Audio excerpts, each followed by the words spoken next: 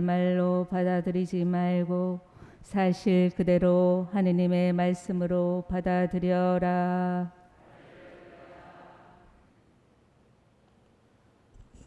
주님께서 여러분과 함께 또한 사제의 영과 함께 마테오가 전한 거룩한 복음입니다. 주님 영광 받으소서. 그때에 바리사이들이 다가와 예수님을 시험하려고 무엇이든지 이유만 있으면 남편이 아내를 버려도 됩니까? 하고 물었다. 그러자 예수님께서 이렇게 대답하셨다. 너희는 읽어보지 않았느냐? 창조주께서 처음부터 그들을 남자와 여자로 만드시고 나서 그러므로 남자는 아버지와 어머니를 떠나 아내와 결합하여 둘이 한 몸이 될 것이다 하고 이르셨다. 따라서 그들은 이제 둘이 아니라 한 몸이다. 그러므로 하느님께서 맺어주신 것을 사람이 갈라놓아서는 안 된다. 그들이 다시 예수님께 그렇다면 어찌하여 모세는 이혼장을 써주고 아내를 버려라 하고 명령하였습니까? 하자 예수님께서 그들에게 말씀하셨다. 모세는 너희의 마음이 완고하기 때문에 너희가 아내를 버리는 것을 허락하였다.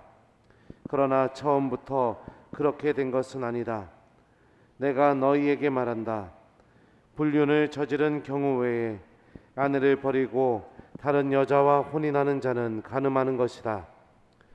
그러자 제자들이 예수님께 아내에 대한 남편의 처지가 그러하다면 혼인하는 것이 좋지 않겠습니다 하고 말하였다. 예수님께서 그들에게 이르셨다. 모든 사람이 이 말을 받아들일 수 있는 것은 아니다. 허락된 이들만 받아들일 수 있다. 사실 모태에서부터 고자로 태어난 이들도 있고 사람들 손에 고자가 된 이들도 있으며 하늘나라 때문에 스스로 고자가 된 이들도 있다. 받아들일 수 있는 사람은 받아들여라. 주님의 말씀입니다. 그리스도님 찬미합니다.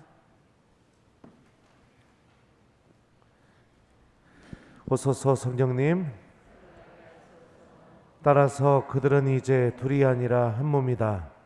그러므로 하느님께서 맺어주신 것을 사람이 갈라놓아서는 안 된다. 안녕하세요.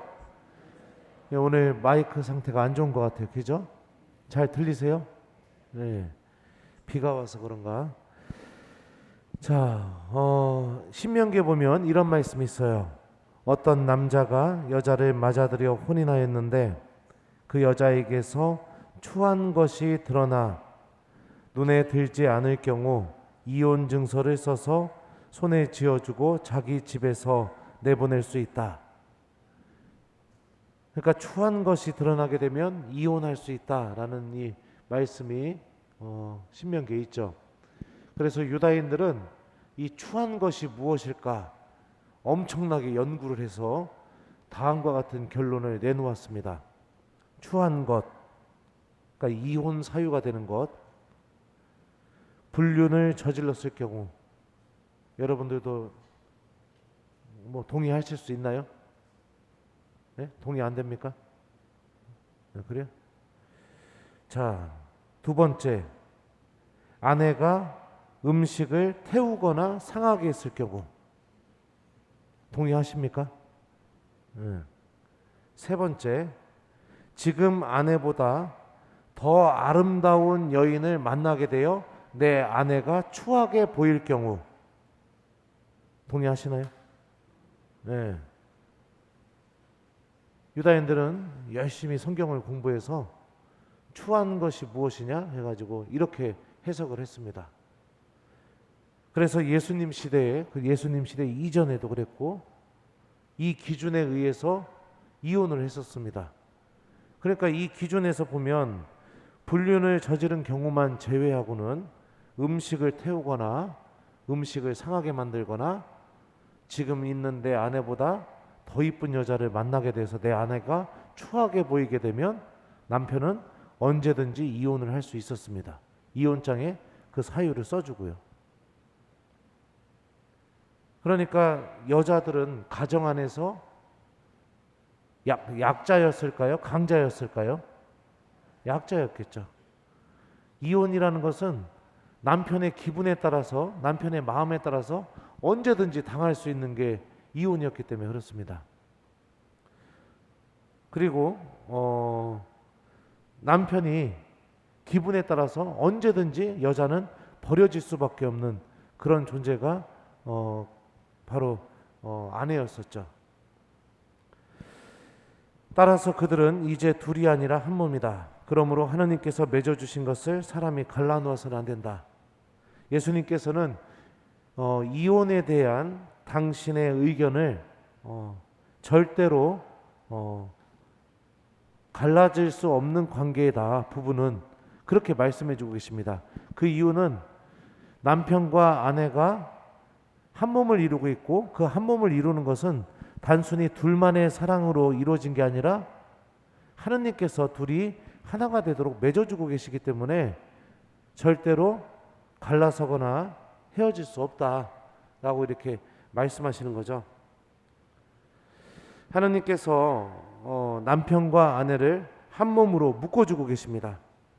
그렇기 때문에 부부관계에서 강자와 약자의 관계, 상하관계, 일방적으로 자기만 중요하게 여기고 반대편은 언제든지 버릴 수 있는 관계, 그런 관계는 절대로 존재해서는 안 된다라는 것을 말씀하고 계시는 거죠. 만일 여러분들 부부 사이에 문제가 생기거나 어려움이 생겼다면 아마도 여러분들 두 사람 사이에 강자와 약자의 관계가 형성되었기 때문입니다. 한쪽은 무조건 자기가 옳다고 주장만 합니다. 일방적으로 상대방을 무시합니다. 자기 말만 하고요, 듣지를 않습니다. 잘못했어도 용서를 청하지 않고 오히려 지가 더 화를 냅니다. 상대방을 끝도 없는 외로움 속에 가둬버립니다. 그리고 그런 내 모습이 잘못됐다고 전혀 생각을 못합니다.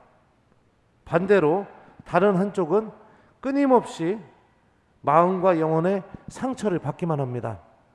몇 번이고 헤어져야지 생각했다가도 그 사람에 대한 사랑 때문에 다시 한번 다가갔다가 또 상처받고 또 상처받고 그러고 살아갑니다. 그러다가 마음이 문드러져 버려서 이제는 대화하는 것조차 용기를 내지 못하고 그렇게 살아갑니다. 한쪽은 강자가 되어버렸고 한쪽은 약자가 되어버렸기 때문에 그렇습니다. 부부관계 안에서는 그 누구도 강한 사람이 있어서도 안 되고 약한 사람이 있어서도 안 되는 겁니다. 하느님께서 남자와 여자를 똑같이 한 몸으로 맺어주시고 있기 때문이죠. 여러분들의 배우자를 여러분들은 어떻게 대하고 있습니까? 여러분들이 강자입니까? 아니면 여러분이 약자입니까?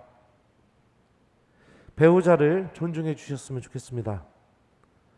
배우자의 말을 듣는 것을 귀찮아하지 마십시오. 배우자에게 용서 청하는 것도 여러분들 창피하거나 인색해하지 마십시오. 내가 배우자에게, 가장 사랑하는 사람에게 용서 청하는 것을 잃어버리게 되었다면 그 사람의 영혼은 얼마나 악으로 기울어 있는 사람이겠습니까? 배우자를 무시하는 말, 그래서 내 배우자를 끝도 없는 외로움 속에 가두는 그런 말과 행동들을 중단하셨으면 좋겠습니다. 여러분들의 배우자에게 여러분들이 강자가 되려고 하지 마십시오. 언제든지 내 기분에 의해서 버려질 수 있는 관계는 절대로 존재할 수 없다고 오늘 복음에서 예수님께서 말씀하시죠. 그거는 남편과 아내의 관계에서는 절대로 있어서는 안 되는 일이다.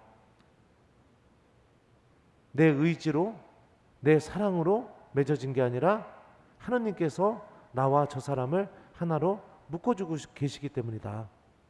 내가 내 배우자에게 강자가 되어버리게 되면 나는 누구랑 맞서는 사람이 될까요? 나와 내 배우자를 하나로 묶어주고 있는 하나님과 맞서는 사람이 되는 것과 같다고도 볼 수 있죠. 여러분들의 배우자를 약자로 만들지 마시고 사랑해 주십시오. 이 방법이 지금 부부 사이에 닥쳐 있는 어려움과 갈등을 가장 빨리 해결할 수 있는 현명한 방법이기 때문에 그렇습니다. 내가 내 배우자를 이겨버리는 거, 울려버리는 거, 무시해버리는 거, 그거요 여러분들, 결국에는 여러분들 배우자도 병들게 만들고 여러분들 마음 또한 병들어가게 만드는 것일 뿐입니다. 내가 내 몸에다, 한 몸이라고 했잖아요. 내 오른손 마음에 안 든다고 자꾸 이거 쳐버리면 어떻게 됩니까? 손도 병들어가고 이 손을 갖고 있는 나도 아프잖아요. 그죠? 근데 그걸 알면서도 그 미련한 짓을 꼭 합니다. 부부 사이에. 제가 지난번 그 레이저 군화 때 얘기했었죠? 다시 한번 해볼까요? 우리 자매님들 따라하시죠. 이방 저방에도, 더 크게, 이방 저방에도 서방이 최고다. 네. 우리 자매님들, 형제님들 이기려고 하지 마세요. 아셨어요? 이기는 건 잘못된 겁니다. 자, 우리 형제님들 따라하세요. 세상에서 제일 미련한 남자는 자기 마누라 울리고 이겼다고 좋아하는 놈이다.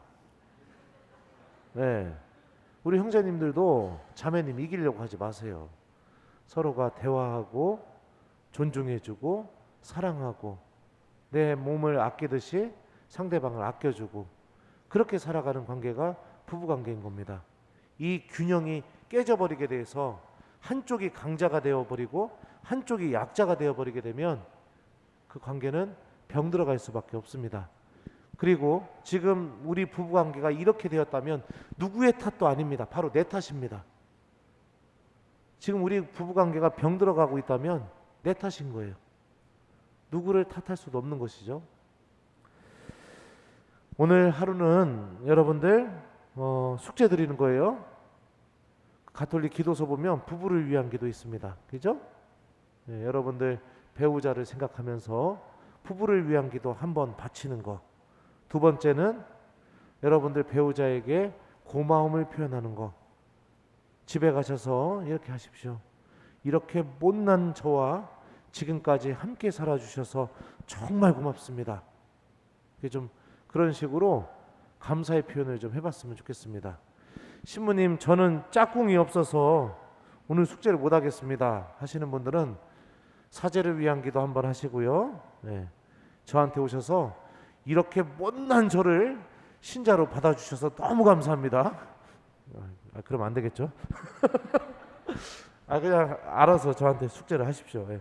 그래서 모든 부부들이 서로가 서로 안에서 힘을 얻고 행복을 얻고 도움을 얻고 위로를 받고 그러면서 살아가는 생명의 관계를 맺을 수 있는 그런 하루가 될 수 있도록 저도 모든 부부들을 위해서 오늘 기도하겠습니다. 여러분들도 여러분들의 배우자와 생명의 관계를 잘 맺는 오늘 하루를 보내보셨으면 좋겠습니다. 따라서 그들은 이제 둘이 아니라 한 몸이다. 그러므로 하나님께서 맺어주신 것을 사람이 갈라놓아서는 안 된다. 아멘.